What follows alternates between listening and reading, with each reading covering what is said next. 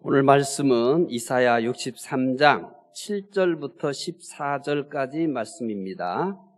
이사야 63장 7절부터 14절까지 말씀입니다.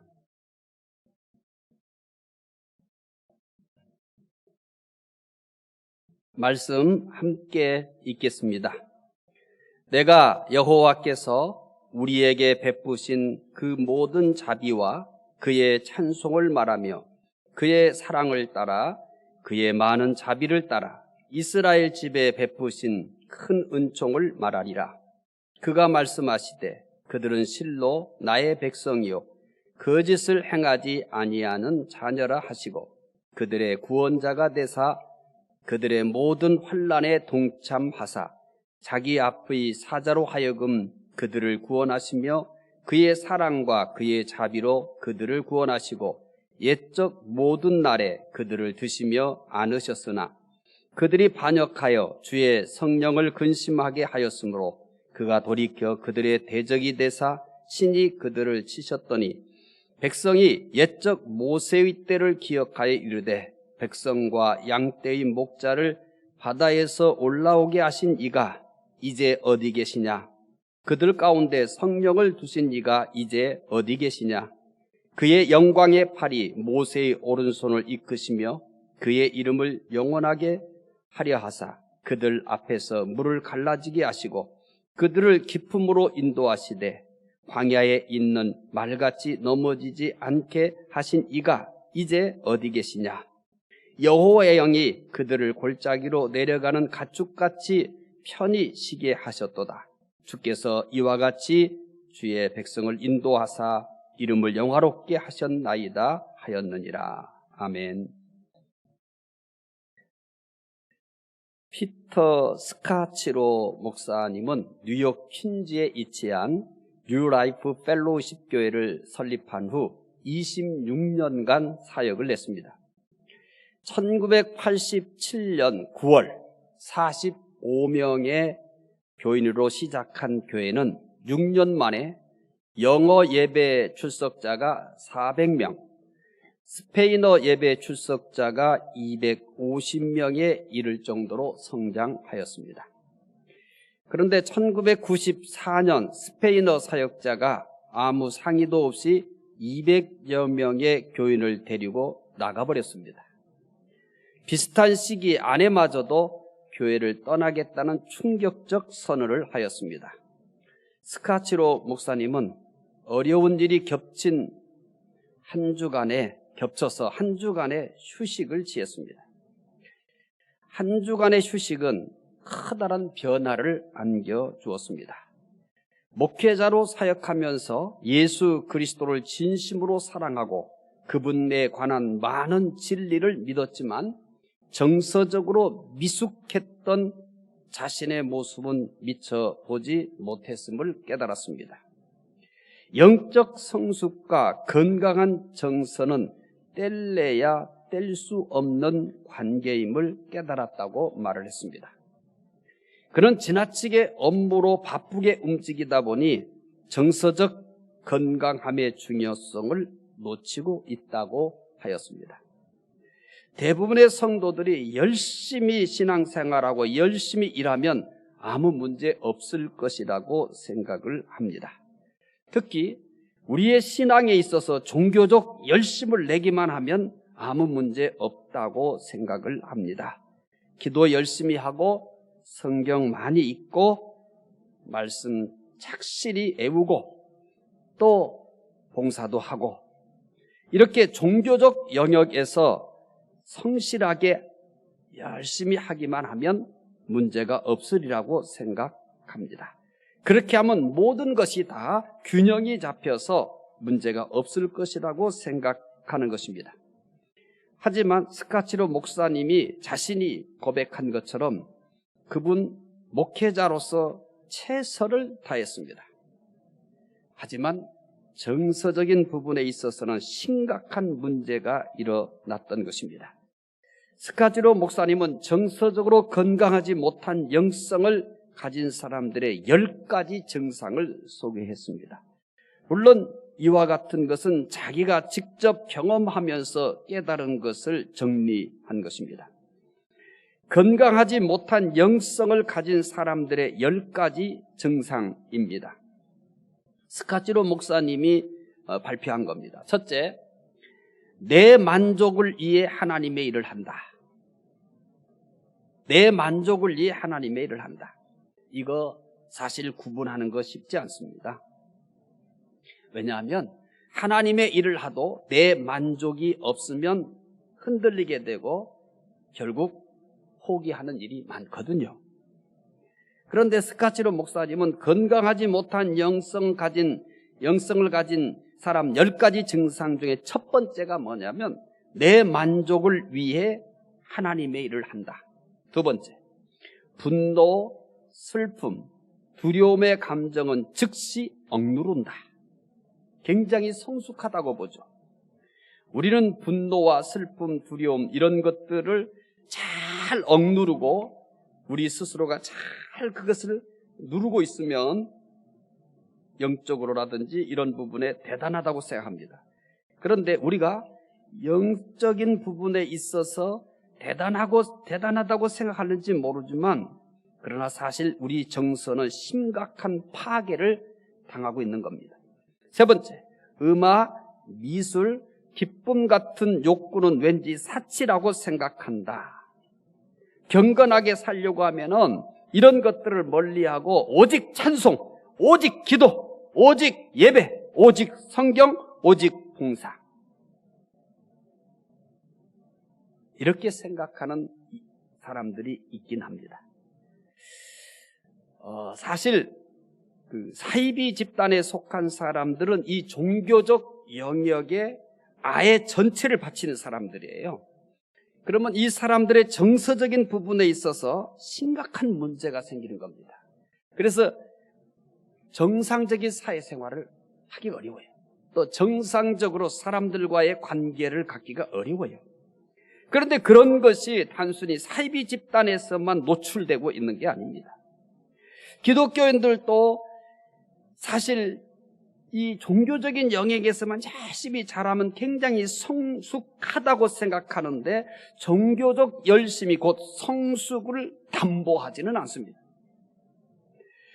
세상적인 음악이나 미술 이런 기쁨, 인간적 기쁨들을 누리는 것은 뭔가 경건하지 못하고 뭔가 좀 꺼름직하다고 생각하는 이들이 있어요. 이런 분들에 대해서 스카치로 목사님은 건강하지 못한 영성을 가지고 있는 것이다 라고 얘기합니다. 네 번째, 발목을 잡는 과거를 덮어두려고만 한다. 세 번째, 속된 것과 거룩한 것을 칼같이 나눈다. 무엇이 속된 것이며 무엇이 거룩한 걸까? 이것을 칼같이 나누는 거죠. 사실 여러분 우리가 사용하고 있는 찬송가 이 곡들 말이에요. 이게 우리 하나님을 찬양하도록 고안된 그런 곡이 아니에요. 우리가 갖다 쓰고 있는 겁니다. 심지어 어떤 경우에는 거기에다가 그냥 가사만 바꿔서 부리는 경우도 있어요. 그런데 사람들은 어떻게 생각하냐면 찬송가니까 오직 하나님을 찬송하기에 특별히 만들어진 것이라고 하는 거예요. 제가 왜 이 설명을 하냐면 사실 속된 것과 거룩한 것을 칼같이 나눈다는 것은 불가능한 일입니다. 성경의 예도 그래요. 성경을 한글로 번역했는데 번역할 당시에 우리의 문화는 유교와 불교의 문화가 지배하고 있었습니다. 그런 언어들도 많아요. 우리가 그런 언어들을 갖다 쓸 수밖에 없었던 것이 뭐냐면 그때 우리의 한글이 그랬고 문화가 그랬기 때문에 그런 겁니다. 그래서 속된 것과 거룩한 것을 칼같이 나누는 것이 가능한가라고 얘기하면 그건 어렵습니다. 그런데 이렇게 자기 스스로가 어떤 기준을 만들었고 이게 칼같이 나누면서 삽니다. 사실 이러면 굉장히 거룩한 것 같고 대단한 영성을 가진 것 같지만은 건강한 영성을 가졌다고 말하기는 어렵습니다. 여섯 번째, 하나님과 동행하기보다는 사역에만 바쁩니다. 이게 스카치로 목사님이 경험한 거예요. 내가 열심히 하나님의 일을 하면은 하나님과 동행한다고 생각하는 심각한 오해를 하는 겁니다. 그런데 어느 날 보면 내가 일은 많이 하고 있는데, 사역은 많이 하고 있는데 하나님과 동행하는 게 아니라 내 열심과 내 만족, 그리고 사람들에게 보여지는 것, 인정받는 거겠죠. 이런 것들에 의해서 사역을 하고 있는 거예요. 정말 내가 하나님과 동행하는 사역인가? 7번째, 사람과의 갈등은 무조건 피한다. 굉장히 그분의 인품이 대단한 것 같죠. 그런데 이것은 해결하는 것이 아니라 피하는 거예요. 그러면 그 안에 갈등이 없는가? 그 안에 분노가 없는가? 그 안에 미움이 없는가? 아니에요. 오히려 그 안에 갈등, 분노, 미움이 차곡차곡 쌓이고 그것이 어느 날 터질 수도 있습니다. 그래서 스카치로 목사님은 이런 얘기를, 건강하지 못한 영성을 가진 사람 7번째는 사랑과의 갈등을 무조건 피한다. 이것이 성숙히고 이것이 경건이고 그것이 굉장한 영성을 가진 것으로 표면상으로 비춰주지만, 그러나 그 안에는 그렇지 않습니다. 똑같이 미워하고 분노하고 속에서 많은 우리의 심령이 파괴되고 있는 겁니다. 8번째, 상처, 약점, 실패는 철저히 은폐한다. 나는 상처도 없고 약점도 없고 실패도 없는 사람처럼 살아야 된다는 거죠. 그런데 그런 사람이 어디 있어요? 이거 역시 건강하지 못한 영성을 가진 사람의 특징 중 하나입니다. 9번째, 내 한계를 전혀 인정하지 않습니다. 10번째, 다른 사람을 쉽게 평가하고 판단합니다. 건강하지 못한 영성을 가진 사람 10가지 증상을 이제 소개를 해드렸어요. 스카치로 목사님은 이의 증상들 중 하나라도 해당되는 것이 있다면 영적인 건강에 적신호가 켜진 것이다라고 했습니다. 스카치로 목사님은 건강한 정서가 바탕이 되지 않는 기독교 영성은 자기 자신과 하나님, 주변 사람들과의 관계에 치명적일 수 있음을 잊지 말아야 한다라고 얘기했습니다. 건강한 정서. 왠지 우리는 영성을 얘기할 때 그 영성 안에는 정서가 자리 잡지 못한다고 생각해요. 그게 사이비 집단의 전형적인 특성입니다. 오직 종교적인 것만 그 안에다 집어넣는 거죠. 각 개인에게 종교적인만 계속해서 집어넣는 거죠. 그러다 보면은 이 정서적인 부분에 있어서 심각한 문제가 생기는 것입니다. 그런데 그것은 사이비 집단에서만 생기는 것이 아니라 정상적인 기독교 안에서도 신앙 지도를 제대로 못하거나 신앙생활을 이렇게 왜곡되어지게 하게 되면은 건강한 정서를 가지고 있지 못합니다. 그래서 우리는 그런 큰 그 상처를 가지고 있어요. 저 사람 예수 10년 믿었고 20년 믿었고 30년 믿었고 저 사람 목사이고 장로인데 왜 저래? 라고 얘기합니다. 저 사람 정말 기도 열심히 하고 저 사람 교회 봉사 정말 열심히 하고 성경도 얼마나 잘하는지 몰라? 그런데 왜 저 사람은 저렇게 말하고 왜 저 사람은 저렇게 행동하지? 그 사람이 보여주고 있는 종교적인 영역과 그 사람이 사람들과의 관계, 그 사람이 사회성 이 측면에서는 이해가 안 되는 겁니다. 가끔 직장생활 하시는 분들이 이렇게 얘기해요.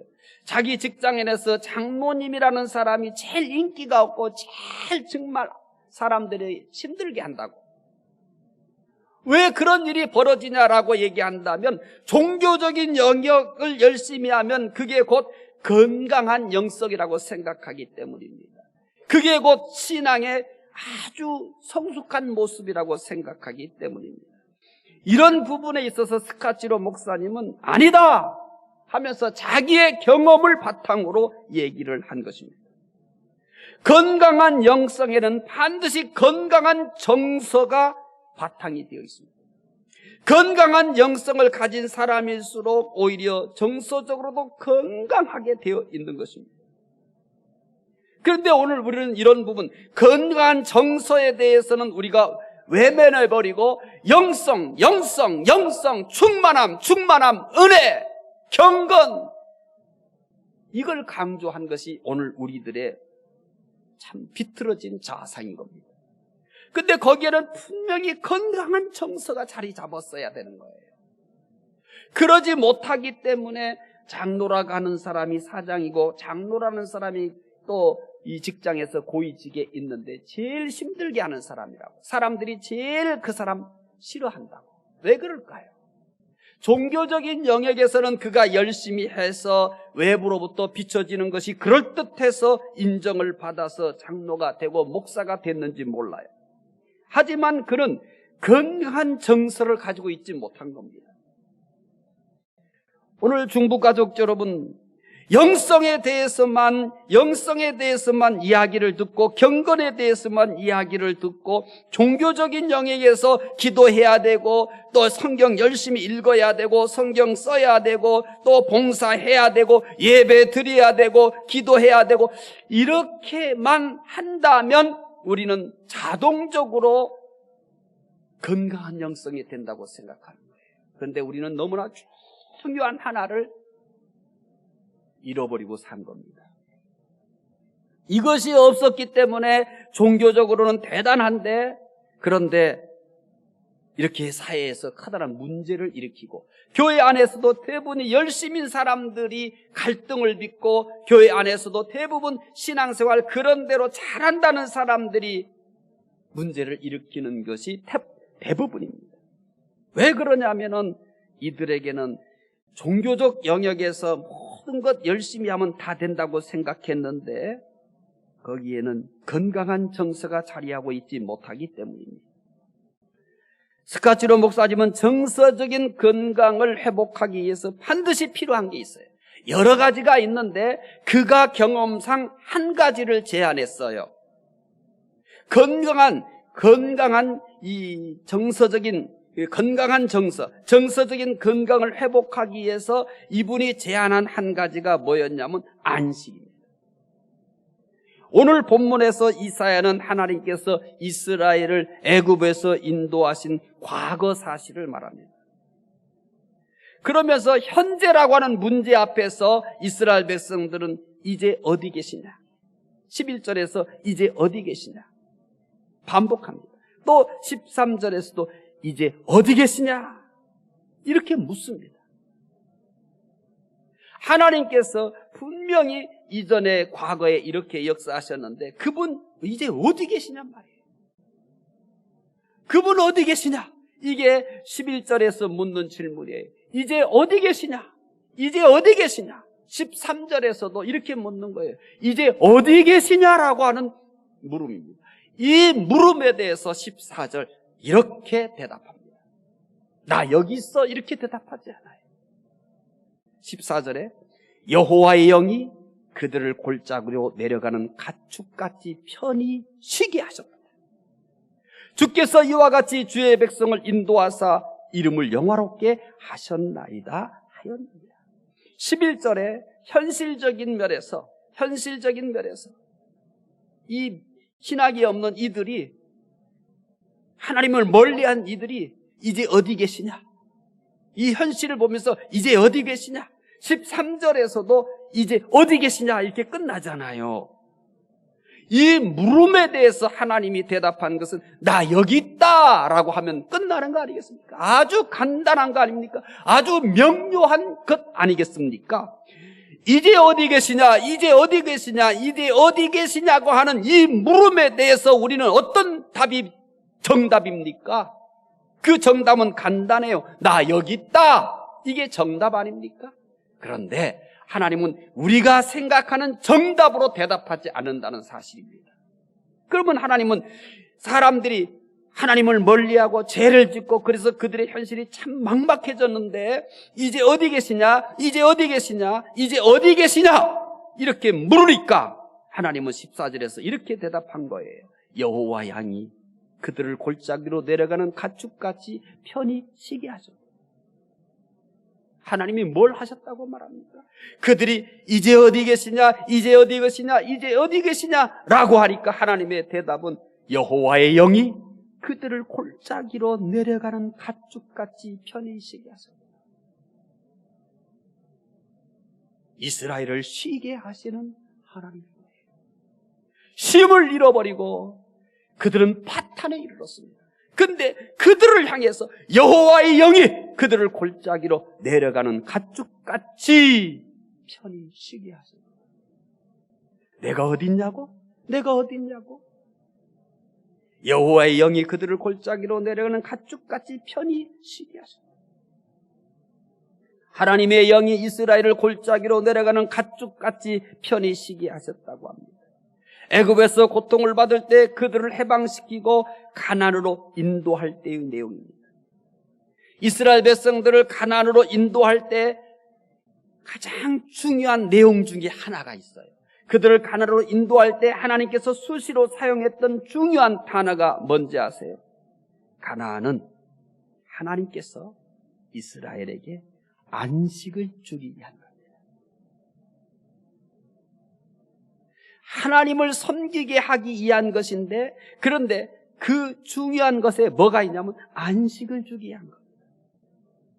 여러분, 하나님은 우리에게 안식을 주시는 분이에요. 우리는 이 하나님에 대해서 얼마나 정확하게 이해하고 있는 겁니까? 하나님은 영적인 건강만이 아니라 정서적인 건강과 몸의 건강이 필요함을 아시기 때문에 쉬라고 하시는 겁니다.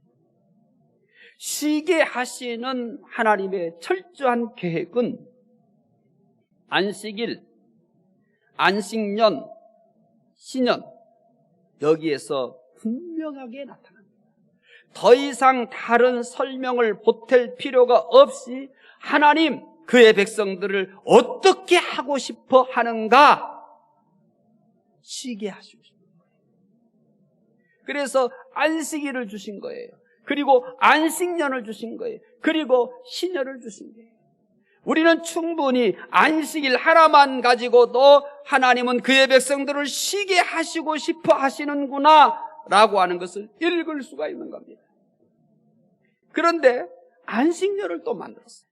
안식년만 가지고도 충분히 하나님이 이렇게 그의 백성들을 정말 쉬게 해주고 싶어 하시는구나. 하나님은 그의 백성들에게 정말 안식을 주고 싶어 하시는구나 알 수 있어요. 이게 끝이 아니에요. 안식년을 7번 한 다음에 그 다음에는 이제 신년을 만들어놨어요. 이렇게까지 하나님은 그의 백성들을 쉬게 하시고 싶습니다. 천국 안식입니다. 천국에 대한 키워드는 안식입니다. 그래서 안식일을 만든 거예요. 그리고 안식년을 만든 거예요. 신년을 만든 거예요. 이러한 모든 것들은 천국에 대한 그림자입니다. 천국이 어떨 것이냐, 하나님 나라가 어떨 것이냐, 하나님 나라의 대표되는 키워드는 뭐냐? 안식입니다. 그래서 안식일 제도를 만드시고 안식년을 만드시고 그리고 신년까지 만드신 겁니다. 쉬라는 것도 하나님의 말씀입니다. 일하라는 것만 하나님의 말씀이 아니에요. 기도하라는 것만 하나님의 말씀이 아닌 거예요. 봉사하라는 것만 하나님의 말씀이 아닌 거예요. 쉬라는 것도 하나님의 말씀이에요. 쉬라는 거예요. 그래서 안식일을 만든 거예요. 쉬어라. 이게 하나님 말씀이에요. 안식년 쉬라. 하나님 말씀이에요. 신년을 만들어 놓고 자유를 선포합니다. 하나님 말씀이에요. 금년 여름에는 쉬라는 말씀에 꼭 순종하시기 바랍니다. 꼭 순종하시기 바랍니다. 이스라엘 백성들은 이 말씀조차 순종하지 않았어요. 안식일을 제대로 지키지 않은 것이 이스라엘 백성들의 가장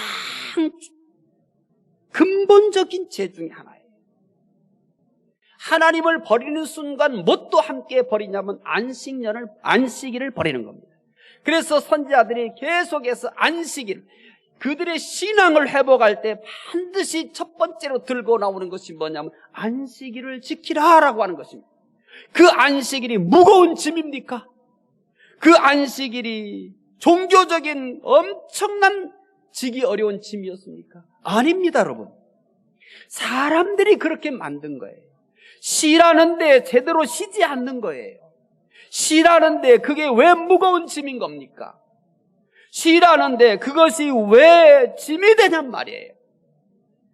그런데 하나님께서 쉬라고 하신 것마저도 짐으로 만드는 것이 인간이에요. 인간은 그런 재주가 있는 거예요.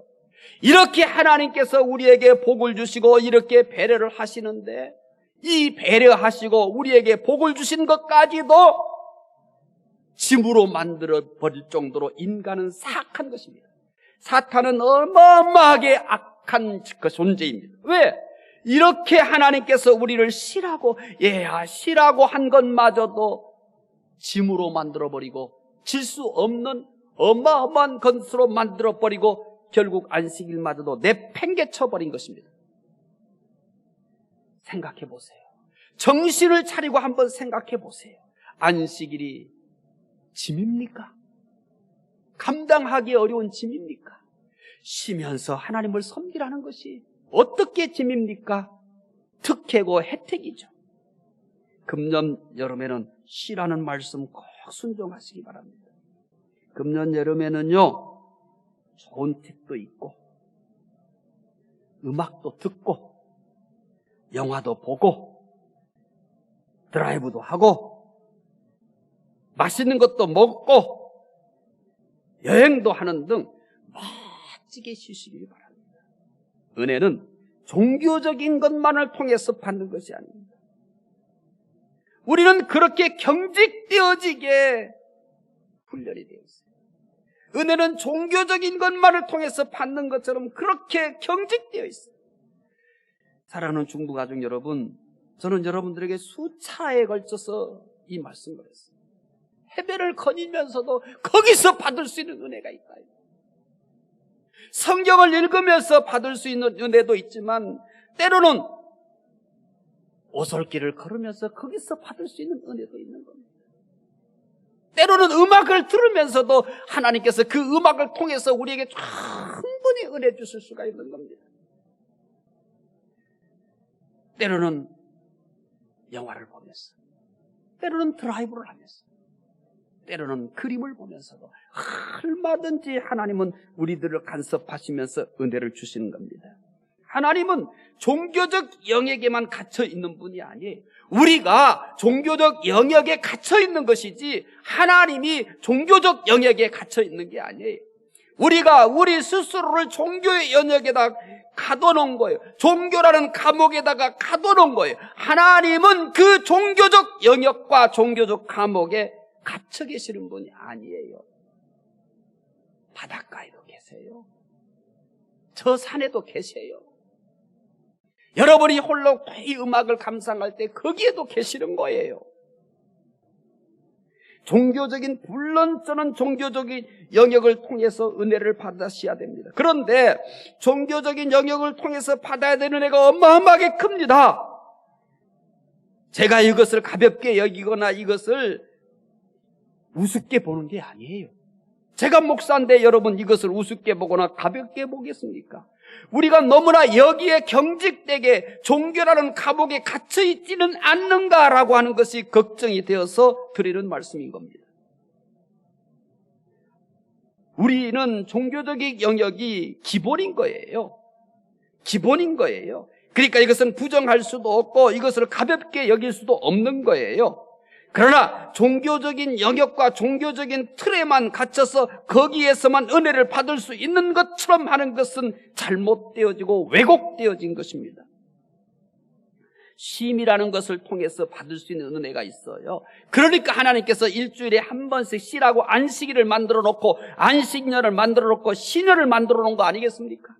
그 안식일에 하나님이 주실 은혜가 있는 거예요. 안식년에 주실 은혜가 있는 거예요. 신년에 주실 은혜가 있는 거예요. 심을 통해서 받을 수 있는 은혜가 있어요. 여러분, 우리 육체적인 건강이 회복되고 정서적인 건강이 회복되는 은혜는요, 심을 통해서 가장 많이 받을 수 있는 겁니다. 내가 육체적으로 회복이 필요해요. 이 육체적 회복의 은혜는 심을 통해서 가장 많이 받을 수 있어요. 이거는 일반적인 원리인 거예요. 그렇게 어려운 게 아닌 겁니다. 그래서 하나님 안식일 만들어 놓고 안식년 만들어 놓고 신년 만들어 놓은 거 아니겠어요? 이게 심을 통해서 내 육체가 회복되어지는 것은 은혜가 아닌가요? 어떤 신비한 것, 내 영적이라고 생각하는 것만 은혜라고 생각한다면 우리는 너무나 하나님의 은혜를 편협하게 이해하고 있는 겁니다. 오늘 내 몸이 너무 피곤하고 천근만근 무거웠는데 잠시 누워서 쉬었어요. 잠깐 좀 한숨 잤어요. 자고 일어나니까 정말 가벼운 거예요. 그건 은혜 아닌가요? 내 휴식을 통해서 잠깐의 잠을 통해서 하나님은 내 육체가 회복될 수 있도록 은혜 베풀어 주신 겁니다. 정서적인 것도 마찬가지예요. 정서적으로 내가 지금 회복이 필요해. 내가 정서적으로 지금 뭔가 이 건강이 필요해. 이랬을 때 정서적으로 건강해지는 은혜는 쉽게 그리고 분명하게 받을 수 있는 그 통로는 쉼입니다. 식을 통해 정서적인 건강과 육체적인 건강을 회복하여 더 건강한 영성을 갖게 되시기를 바랍니다. 금년 여름에는 휴식을 통해서 무엇보다도 우리가 정서적으로 건강해지는 은혜 받으시기 바랍니다. 휴식은 우리에게 정서적인 건강의 은혜를 가장 분명하게 받을 수 있도록 해주는 통로입니다. 금년 7월과 8월에 휴식을 통해서 꼭 정서적인 건강 더불어 플러스 육체적인 건강도 회복하는 이 은혜를 받으시기 바랍니다. 기도하겠습니다. 하나님은 우리에게 시라고 하는 은혜를 분명히 주셨습니다. 이것은 율법이 아니라 태초에 하나님이 천지 만물을 창조하실 때에 모든 것을 창조하신 다음에 하나님께서 쉬시면서 본을 보여주셨습니다. 이렇게 해서 생긴 것이 안식일입니다. 그런데 사람들은 이 안식일을 율법으로 만들어버리고 짐으로 만들어버리고 그리고 이것을 포기해버렸습니다. 안식일은 율법에 의해서 만들어지기 이전에 하나님께서 우주 만물을 창조하실 때에 그때 인간에게 주신 너무나 큰 선물이요 은혜였습니다. 그런데 인간은 이것을 포기하고 버리는 우를 버렸습니다. 하나님, 금년 7월과 8월에는 쉼을 통해서 정서적으로 건강하게 회복되는 은혜를 우리 중부가족 모두가 다 누리게 해주시기 원합니다. 뿐만 아니라 우리가 쉼을 통해서 정서적으로도 건강하게 회복되고 육체적으로도 건강하게 회복되는 이 은혜를 모두 다 누리게 해주시기 원합니다. 감사하며 예수님 이름으로 기도드리옵나이다. 아멘. 하늘에 계신 우리 아버지여, 이름이 거룩히 여김을 받으시오며 나라가 임하시오며 뜻이 하늘에서 이루어진 것 같이 땅에서도 이루어지이다. 오늘 우리에게 일용할 양식을 주시옵고 우리가 우리에게 죄 지은 자를 사하여 준 것 같이 우리 죄를 사하여 주시옵고 우리를 시험에 들게 하지 마시옵고 다만 악에서 구하시옵소서. 나라와 권세와 영광이 아버지께 영원히 있사옵나이다. 아멘.